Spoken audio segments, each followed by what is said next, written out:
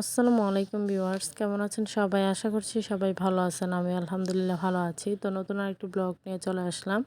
আর এই তো সকালে কিন্তু প্রচণ্ড পরিমাণের বাতাস, যেরকম রোদ উঠেছে সেই পরিমাণের বাতাসও আছে, যার জন্য হচ্ছে রোদটা গায়ে লাগতেছে না আর কি, আর গরমটাও কম লাগতেছে। ভালোই বাতাস বইতেছিল বাহিরে। তো সব কিছু মিলিয়ে ভালোই লাগছিল। এই তো কাপড়গুলো ধুয়ে নিয়ে চলে আসছি নেড়ে দিতে। তো রাতে যেগুলো ধুয়ে দিয়েছিলাম সেগুলো হচ্ছে ফ্যানের বাতাসে শুকিয়ে গিয়েছে।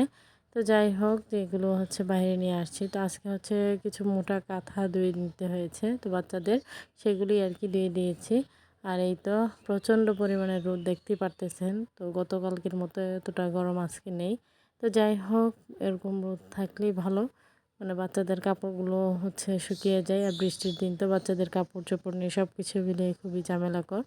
তো আজকে হচ্ছে আপনাদের ভাইয়া বাজার পাঠাতে পারেনি, যার জন্য হচ্ছে সাধারণ যা কিছু আছে ঘরের মধ্যে সেগুলো দিয়ে আর কি সাধারণ রান্নাবান্না করব।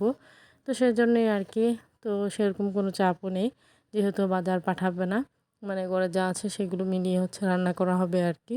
তো এখানে হচ্ছে নাস্তা করে সকালের নাস্তায় আম চিড়ে খেয়ে নিলাম। খেয়ে হচ্ছে এখানে এই তো বাচ্চাদের নাস্তা করিয়ে তারপর আর কি ওদেরকে মেডিসিন খাইয়ে দিয়ে আর কি দুপুর রান্নার আয়োজন শুরু করে দিয়েছি। তো দুপুর রান্নার জন্য এখানে হচ্ছে আলু কেটে নিয়েছি, আর এই তো বিলম্বু, তারপর রসুন, পেঁয়াজ, ধনিয়া পাতা, এগুলি আর কি, মরিচ, এগুলি আর কি কেটে কুটে নিয়েছি। তো যাই হোক, এইসব আর কি। তো দুপুর রান্নায় হচ্ছে আজকে ডাল আর হচ্ছে মসুর ডাল বিলম্বু দিয়ে রান্না করব, আর হচ্ছে শুটকি দিয়ে আলু দিয়ে আর কি তরকারি রান্না করা হবে। এগুলি আর কি সিম্পল রান্না বান্না।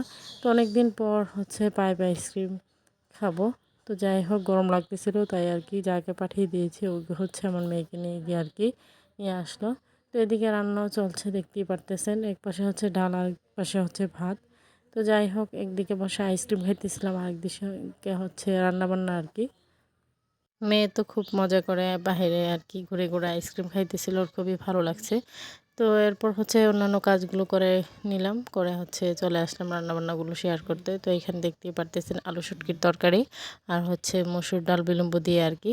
তো এতক্ষণ ধরে ধৈর্য সহকারে যারা আমার ভিডিওর সাথে আছেন এবং পুরো ভিডিওটি দেখেছেন, ভিডিওর কোনো অংশে যদি দেখে আপনাদের ভালো লেগে থাকে, লাইক কমেন্ট শেয়ার করে দিবেন। আমার ছোট্ট চ্যানেলটিকে সাবস্ক্রাইব করে বেল আইকনটি বাজিয়ে দিবেন, কেউ স্কিপ করবেন না। তো যাই হোক, সাধারণ মানুষ হিসেবে জানি না কতটুকু কি শেয়ার করতে পারি, তারপর যতটুকু সম্ভব শেয়ার করার চেষ্টা করি।